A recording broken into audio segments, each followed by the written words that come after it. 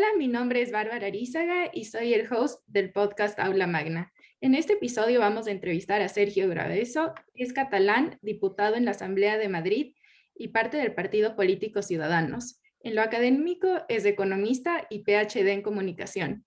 Hola Sergio, es un gusto tenerte el día de hoy en el canal de Aula Magna. Es un placer estar con vosotros. Para comenzar, quería que nos cuentes un poco de ti y qué te llevó a meterte en política y tu trayectoria de ser diputado en la Asamblea de Madrid. Pues siempre he estado interesado en el mundo político desde pequeño. De hecho, mi interés por la política empezó con un programa de radio conocido aquí en España, especialmente cuando fue presentado por uno de los periodistas emblemáticos de España, que es el programa Es Hora 25 en la cadena SER, por el mítico presentador Carlos Llamas. Y desgraciadamente falleció ya hace unos años, pero sí que me llamó muchísimo la atención la política porque ese programa iba pues encabezado e iba destinado a la discusión de principios y valores de la política española, pero sobre todo me gustó muchísimo porque era un tipo de debate que se enfrentaba a diferentes visiones ideológicas.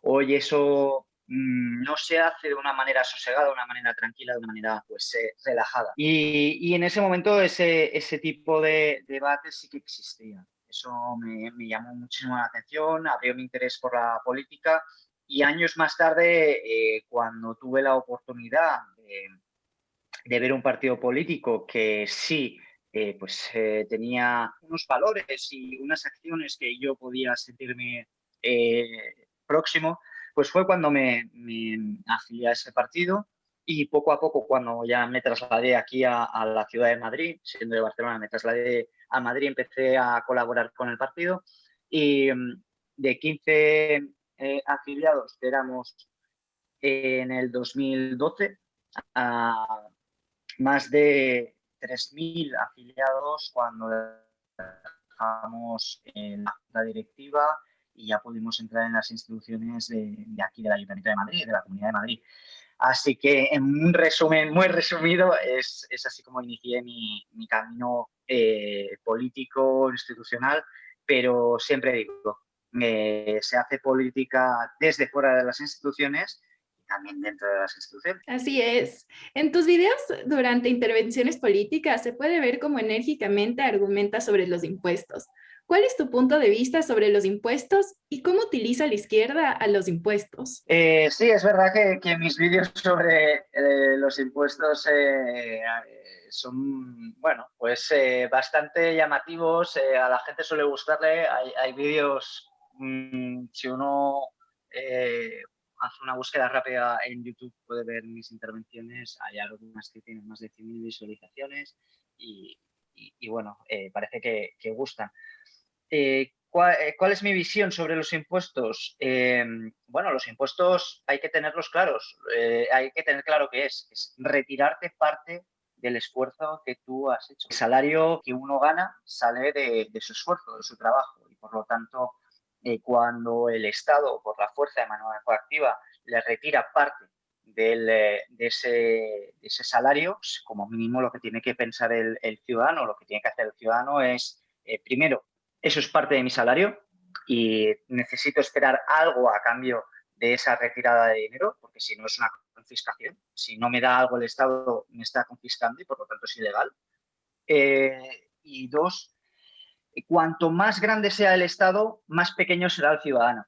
Eso es una de las máximas que tengo. Yo creo en las personas, no creo en los estados, porque el Estado es una manera que nosotros tenemos de proteger nuestros derechos, de administrarnos, de darnos unas reglas de juego.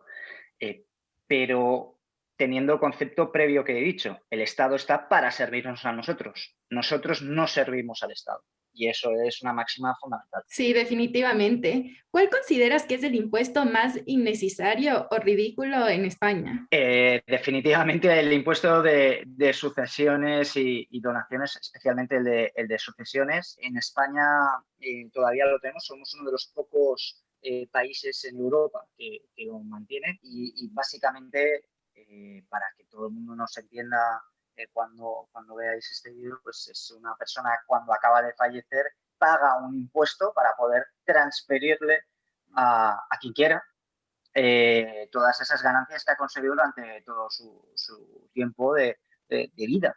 Entonces, me parece absolutamente inmoral que todos los ahorros que una persona consigue, todo el patrimonio que tiene, que ya ha pagado impuestos por ello, que ya ha tributado, además tenga que pagar un impuesto más simplemente por transferírselo a las personas que él desea como último paso de su vida, como último deseo de su vida. Y me parece que es realmente inmoral que a una persona le sancionen, le quiten parte de su riqueza por este hecho. Definitivamente, y aunque te sorprenda, en Ecuador tenemos exactamente el mismo impuesto. Pues hay que acabar con él. Sí, Me tenéis para lo que necesitéis. definitivamente. Por eso esperamos que el siguiente presidente pueda acabar con ese tipo de impuestos que realmente afectan un montón a la sociedad. Sí, de hecho es muy curioso. En España nosotros funcionamos por una administración de comunidades autónomas que es muy similar a un estado federal y cada comunidad autónoma o cada estado federal tiene su propia gestión de ese impuesto de sucesiones. La Comunidad de Madrid, donde resido, no existe ese impuesto. Curiosamente, bueno, no existe, sigue existiendo porque es un impuesto nacional, pero es gestionado a nivel comunidad autónoma, a nivel Estado federal. Por lo que sucede es que la comunidad autónoma aquí en España, la de Madrid, ha minimizado ese impuesto al 1%. Y es muy curioso porque la Comunidad de Madrid ingresa mucho más que el resto de comunidades autónomas que lo tienen totalmente alto. E ingresa más porque la gente se traslada aquí simplemente para no pagar ese impuesto. Y quien paga más, o sea, quien sale más beneficiado son las clases medias. Curiosamente, las grandes empresas, los grandes capitales, los grandes tenedores no salen excesivamente beneficiados. Quien salen más beneficiados es pues, las clases medias. El gran tenedor no sale tan beneficiado porque normalmente suele tener sus empresas y gestiona por otro tipo de acciones, por lo tanto no tiene nada que ver la gestión que se hace o puede tener incluso patrimonio fuera de España o puede tener también patrimonio en forma de acciones en empresas. Por lo tanto, este impuesto, aunque se quiera vender como un impuesto que daña o perjudica a los grandes tenedores, es falso. Y segundo, y error de concepto, es que un impuesto no puede perjudicar a más unos que a otros, porque deja de ser igualitario. Ujú. Por lo tanto, al no ser que creamos que los que frente a la ley hay buenos y malos o que frente a la ley hay unos mejores y otros peores, no, frente a la ley somos todos iguales. Y lo que le hace bueno o malo a una persona es que incumpla la ley, no que tenga pues unas condiciones diferentes. Como siempre digo, las condiciones hoy son unas, mañana pueden ser otras. Y hoy podemos ganar mucho dinero y a lo mejor mañana podemos ganar muy poco. Por lo tanto, no podemos sancionar el éxito de una persona en un momento determinado. No tiene sentido. Definitivamente. ¿Y qué llevó a Madrid a dejar de aplicar eso o nunca se aplicó ese impuesto? Sí, se aplicó con el Partido Socialista. Casualmente, los partidos socialistas no entendemos por qué siempre su hambre por los impuestos es total. Y en realidad no entienden una cosa. Si uno quiere tener un Estado o unos servicios públicos fuertes, lo que necesita es un sector privado el doble de fuerte. Sí. No existe sector público sin sector privado. Todo sale del sector privado. Y si queremos tener esa máxima de un sector público fuerte, para ello necesitaremos que crezca lo máximo posible nuestro sector privado. Restar impuestos, especialmente impuestos a los generadores de empleo, a los generadores de producción, y esos son empresas y esos son a los trabajadores. Cabe recordar que los impuestos, donde más dinero sale es del dinero de los trabajadores. Eso que nadie es, en todos los sitios del mundo, ¿eh? Es exactamente igual.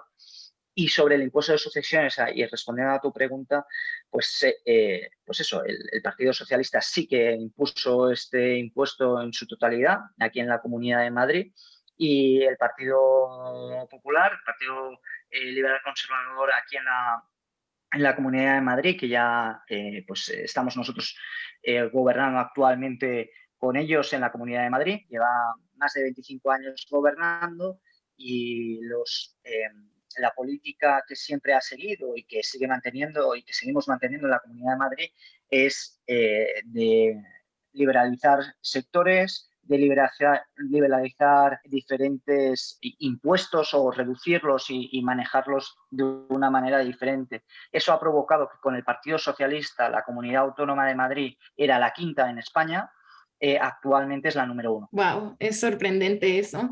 Hablando de más de tus intervenciones en la Asamblea, hay una en la que dices que solo el camino liberal asegura el empleo y el bienestar de los ciudadanos. ¿Por qué consideras esto? Porque es el único que genera empleo, es el único que genera producción. Quiero recordar una cosa. Desde 1800, lo que tomamos como el inicio de un aumento de la economía, es verdad que hay un aumento a partir de la economía mundial a partir de 1500 con el descubrimiento de América, etcétera, pero sí que hay otro punto de inflexión, que es a partir de 1800, donde empezamos a ver libertad de mercado. No tanto otros sistemas económicos de mercantilismo, que era lo que existía. Mercantilismo es, para que todo el mundo nos entienda, es mercados cautivos donde no se le deja negociar con otros terceros. Cuando acaba ese mercantilismo y empieza el libre mercado, es cuando empieza a crecer absolutamente la economía mundial. Y eso a quien más beneficia es a la gente más pobre. Sí. Pasamos en 1800, más de un 90% de la población mundial vivía con menos de $1 al día, en dólares de hoy. Antes de la pandemia vivíamos prácticamente la pobreza mundial era menor del 10%. De hecho, la teoría malthusiana, que hablaba sobre los recursos mundiales se acabará cuando llegamos a 1.000 millones de personas en el globo terráqueo, no solamente fue falso, fue un error, sino que además hemos mejorado las cifras en todos los sentidos. Hoy somos más de 7.000 millones de personas a nivel mundial, y vivimos en menos de 200 años, vivimos todos a nivel mundial, en términos generales, pues muchísimo mejor, y tenemos a nuestro lado, pues siempre digo, como decía Friedman, pues tener, por ejemplo, un bolígrafo, lo hacía con el lápiz, pero con un bolígrafo aquí podemos ver cómo miles y miles de personas han trabajado en la acción de tener un bolígrafo, y lo tenemos por prácticamente nada de dinero, y está a nuestro servicio. Eso es increíble. Sí. Eso es absolutamente increíble, y hemos conseguido que personas que no se conocen trabajen de manera unida para que nos llegue este bolígrafo. No solamente eso, todo el mundo se ha beneficiado de ese intercambio. Esto es absolutamente increíble. Y como decía Bastiat, donde entra el comercio no entran las balas. Y aquí en Europa lo sabemos perfectamente. Cuando empezamos, los europeos hemos estado en guerra siempre, y cuando hemos tenido la Unión Europea, hemos comenzado a comerciar entre nosotros, se acabaron las guerras y empezó el comercio, y empezó la riqueza. Así que Bastiat tenía razón. Sí, definitivamente. Y creo que también un ejemplo de que estamos mucho mejor que hace 200 años es que la expectativa de vida se ha aumentado un montón en todos los países del mundo. Así es, así es. Es que eso es un punto indiscutible. La expectativa de vida es altísima. Sufrimos una pandemia mundial ahora mismo, por ejemplo, que si esto nos hubiera pasado hace 100 años con la gripe española, o mal llamada gripe española, murieron más personas durante la gripe española que durante la Primera Guerra Mundial. Y resulta que ahora es verdad que estamos viviendo una pandemia mundial, pero nuestro sistema sanitario, con muchas deficiencias, con muchos problemas, con los errores que se haya tenido, sí, es verdad, es cierto. Seguro que tenemos que hacer muchas cosas mejor y tenemos que aprender de todos estos problemas. Pero la realidad es que la mayoría de gente está viviendo. Y eso es gracias a un sistema sanitario, gracias a sistemas de prevención, gracias a sistemas de información y sobre todo, para mí, la parte más importante, pues curiosamente es la que estamos haciendo ahora, que es la comunicación total pues de punta a punta del globo y eso nos da una información que antes era imposible tener. Por lo tanto, no podemos estar más felices y más contentos, ya digo, con todas las cosas que estamos haciendo mal y con todas las cosas que debemos mejorar. Pero lo que no podemos decir es que porque veamos fallos en el sistema o fallos que nos gustaría mejorar en el sistema, no significa que el sistema sea malo. De hecho, tenemos que profundizar más en el sistema, mejorarlo, corregirlo, pero no cambiarlo. Porque ya sabemos, los otros sistemas que se han probado, ya sabemos en lo que acaban. Sí, eso es indiscutible. Y cambiando un poco de tema, se ha visto mucho que los medios de comunicación a veces no comunican la historia verdadera. Y yo he visto la situación catalana de una manera muy diferente en redes sociales. He visto, digamos, tu Twitter y Twitter de un montón de personas de lo que está pasando en el área catalana. ¿Qué les dirías al resto del mundo que está afuera de España, sobre todo acá en Latinoamérica? ¿Qué es lo que está pasando en el área catalana y cómo te sientes como catalán sobre esto? Primero diría que en el primer punto creo que la televisión ha muerto como medio de información. Yo creo que ya se ha acabado. De hecho, este año, durante el tiempo más duro de la pandemia, durante los primeros meses, durante el encierro que sufrimos aquí en España durante casi 3 meses, encierro domiciliario, yo decidí pues desconectar la televisión e informarme vía internet lo que yo quisiera, cuando quisiera y como quisiera. Y eso es lo que aconsejaría a todo el mundo, que haga sus búsquedas, pero no solamente porque la televisión sea mala o sea equivocada, sino porque yo quiero tener diferentes fuentes y yo le recomendaría a todo el mundo que tuviera diferentes fuentes, no solamente la mía, sino las de otras personas que quisieran para poderse informar de lo que realmente pasa. Creo que las televisiones tienen su editorial y me parece bien, pero es limitado la información que a uno le pueden dar y las fuentes que pueden tener. En Internet podemos acceder a muchísimas otras fuentes y a partir de ahí nosotros sacar unas conclusiones. Dicho eso, ¿qué es lo que está sucediendo? Bueno, pues básicamente Cataluña, una comunidad autónoma, tiene un gobierno que ha querido o ha intentado dar un golpe de Estado en España para romper el orden constitucional. Eso significa que quería la segregación de una manera violenta, de una manera ilegal respecto al resto de España.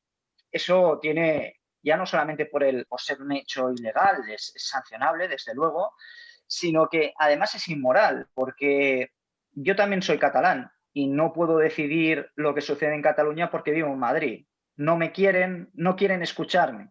Como yo, hay miles de catalanes que hemos decidido salir de Cataluña debido a su fracaso económico, debido a su fracaso cultural, a su fracaso en la educación y no queremos seguir viviendo allí. Pero por ello no me tienen que echar de la vida política o de las decisiones que se tomen, porque ellos están decidiendo por mí, me quieren hacer extranjero en mi propio país. Algo que me parece inaudito. Sí. Ellos hablan de democracia, pero se equivocan de o quieren mezclar dos cosas, algo que lo estamos viendo a nivel mundial con las democracias iliberales, que sería, confunden o quieren confundir a la gente con que votar es democracia. No, la democracia tiene una parte que es votar, que es muy importante, pero hay otros puntos que son igualmente importantes o incluso más.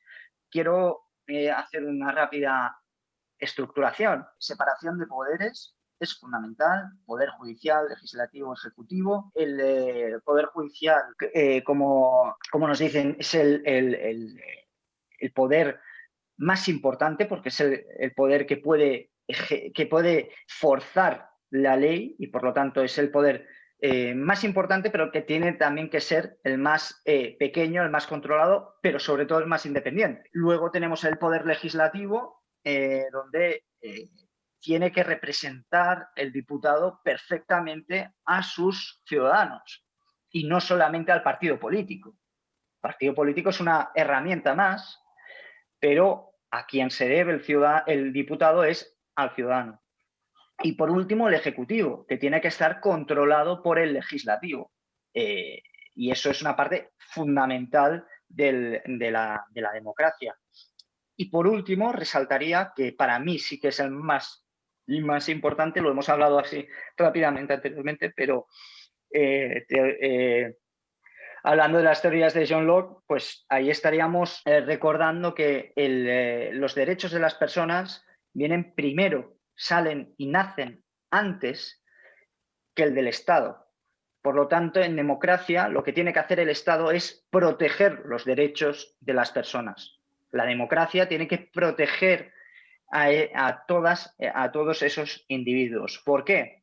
Porque si no, podríamos caer en ese utilitarismo que yo soy muy reacio y que uno puede leer en la teoría de la justicia de Rawls, donde habla sobre el utilitarismo en todo lo que tiene que ver, es útil para nosotros, por ejemplo, o era para los romanos, era útil poner a los cristianos en el circo y que se lo comieran los leones. Era útil para ellos porque les daba un placer de ver una atrocidad como ese estilo.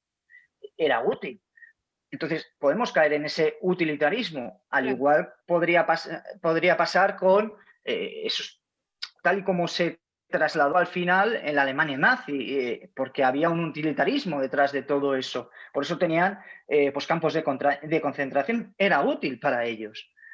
Y por lo tanto, hay que tener muy claro que se tiene que defender a los individuos. Es la única manera que las minorías, por mucho que una democracia, que es un juego de mayorías y minorías, la minoría siempre esté protegida, ya sea rica, pobre, media o lo que ustedes quieran.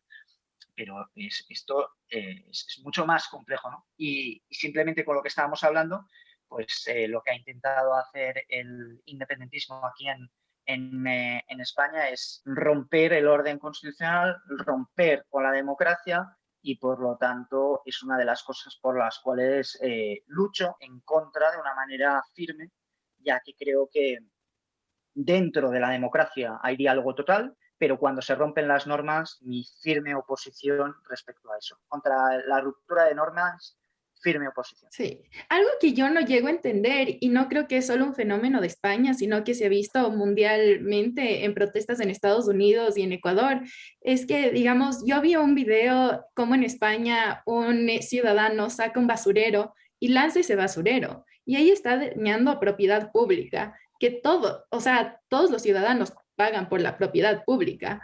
Entonces, primero estás dañando y gastando tu propia plata y segundo, ¿a qué vas a llegar con eso, con esa destrucción? O sea, ¿cómo en tu mente, cómo puedes pensar que esa destrucción te puede dar lo que tú quieres? Intento darle una perspectiva filosófica sobre este tema, a pesar de que no es difícil porque es gente que no piensa, pero actúan con una filosofía y es, como no puedo competir en este sistema, o no quiero competir en este sistema, lo que quiero es darle la vuelta al tablero, destruir el juego y jugar a otro juego. Eso es una de las respuestas que intentó dar Jordan Peterson también en uno de sus libros, que es más publicado, que fue el de Un antídoto contra el caos. Y hay en un capítulo que lo comenta y habla sobre ello. No puedo estar más de acuerdo. Yo creo que en realidad no hay un objetivo claro de lo que quieren hacer, simplemente destruir las normas, destruir el sistema para jugar a un nuevo juego. A ver si en este nuevo juego puedo ganar.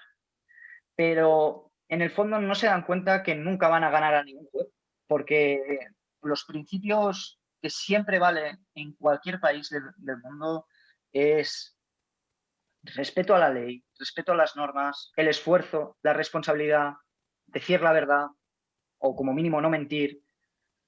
Todo ese tipo de cosas pues es lo que a uno le va a dar el éxito en la vida.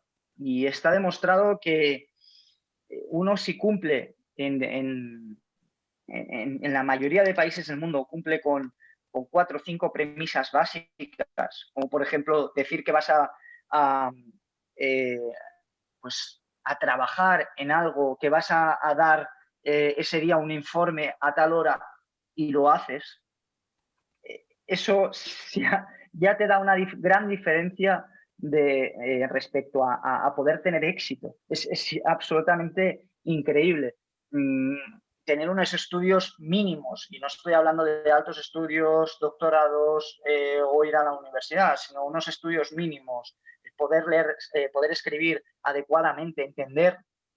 Una de las cosas que estamos viendo a nivel mundial es que los chicos jóvenes tienen problemas para poder leer debido a cómo están utilizando las redes sociales con muchos impactos y poca atención. Bueno, pues son cosas muy básicas que si se cumplen se tiene éxito. Y yo creo que esta gente lo único que está intentando es querer cambiar de juego, pero no se entienden que siempre podemos tener juegos diferentes, pero las reglas serán siempre las mismas en todos lados. Sí, no puedo estar más de acuerdo contigo. Cambiando un poquito de tema, quería preguntarte, ¿qué lecciones se pueden aprender tras la pérdida de popularidad de Ciudadanos en las últimas elecciones? ¿Por qué se dio esta pérdida y qué podemos aprender de eso? Pues yo creo que el mayor punto que se puede aprender es hay que ser realista con la situación actual. Es decir, cuando un partido político pierde tantos diputados como como nos ha pasado, es por diferentes razones, pero lo podríamos englobar en una. Las estrategias comunicativas son incorrectas y las estrategias comunicativas siempre, y es algo que yo hago muchísimo hincapié, siempre hay que defender o hay que tener estrategias comunicativas con una defensa de principios y valores. La comunicación se está confundiendo como un fin en sí mismo. Y la comunicación no es un fin. La comunicación es una herramienta más. ¿Y qué hay que defender? Un principio y valor. Por ejemplo, si hablamos de impuestos al trabajo, yo no tengo que... No es lo importante no es defender que exista una reducción del 40 al 20% en impuestos al trabajo. Eso, primero, hay muy poca gente que lo entienda, pero segundo, no es realmente lo importante. Lo importante que es que uno tiene que disponer de su propio esfuerzo, el fruto de su esfuerzo, tiene que disponer de él, porque si no, no se va a poder realizar como persona, no va a poder disfrutar de todo lo que tiene, no va a poder servir a su comunidad tanto como quiere o tanto como no quiera. Y creo que eso es fundamental. Entonces, yo diría ese tipo de cosas. La comunicación no es un fin en sí mismo y la comunicación siempre tiene que ir acompañada de la defensa de principios y valores. Sí, son unas lecciones súper valiosas. Para hacerte una última pregunta, ¿qué consideras que es lo primero que defienden los liberales? A las personas. Eso es lo primero que diría. Eh, Hay muchas definiciones sobre el liberalismo. La definición eh, más conocida es la popularizada por Venegas Lynch, sobre el liberalismo es el restricto eh, del proyecto de vida del prójimo, pero sí que algo que diría o que resumiría todo eso es la defensa de la persona. Y a mí me parece cada vez más importante porque el colectivismo lo único que hace es dañar a las personas, ¿no? Es intentar agruparnos en colectivos enfrentados entre nosotros y, y todos pertenecemos a colectivos tan diferentes. Si nos podemos analizar a cuántos colectivos, podemos pertenecer a tantos como queramos. Y en resumen, al final uno se da cuenta que lo que tiene que defender, que lo que tiene como tiene que actuar es como individuo, es lo importante. Y creo que el liberalismo es en su core, lo más importante es eso, la defensa de las personas por encima de todo. Sí, definitivamente. Y por eso creo que me enoja tanto el discurso socialista, porque yo creo que mientras tengamos la libertad de escoger nuestro camino, siempre va a haber desigualdad. Y si es que nos quitan esas libertades, no vamos a poder ser ciudadanos felices, no vamos a poder tener bienestar. Sí, bueno, ellos, cuando habla especialmente el socialismo sobre desigualdad, eh, es muy gracioso, la verdad, porque no hay mayor desigualdad que el pobre y el rico. Y quien ha sido una máquina de sacar pobres ha sido el liberalismo. Por lo tanto, ellos tendrían que ser los mayores defensores del liberalismo si realmente defienden acabar con esa verdadera desigualdad. Y siempre digo, la desigualdad no es un índice de nada, porque puede existir grandes cuotas de desigualdad con ausencia de todo tipo de pobreza. Y yo prefiero vivir en una zona donde no existe pobreza antes que en una zona donde exista pobreza y no exista desigualdad ninguna, porque todos somos pobres. Sí, definitivamente. Como último, quería que por favor nos compartas cuáles son tus redes sociales para que todos nuestros oyentes te puedan seguir. Pues encantado de hacerlo. Me pueden encontrar en prácticamente todas las redes sociales como Sergio Bravezo, Sergio, mi nombre, Bravezo, mi apellido, y pueden resumirlo, es S de Sergio, verán, solamente S, Bravezo, en Instagram, Twitter, Facebook y todas esas buenas redes sociales que siempre bueno, nos ayudan a difundir ideas liberales e ideas que creo que al final pueden hacernos más felices como personas. Sí, muchísimas gracias por darte el tiempo de estar aquí con nosotros. Ha sido un gusto tenerte. Muchísimas gracias por vuestro tiempo y siempre que queráis estoy aquí. Todo un placer. No te olvides de suscribirte y seguirnos en redes sociales.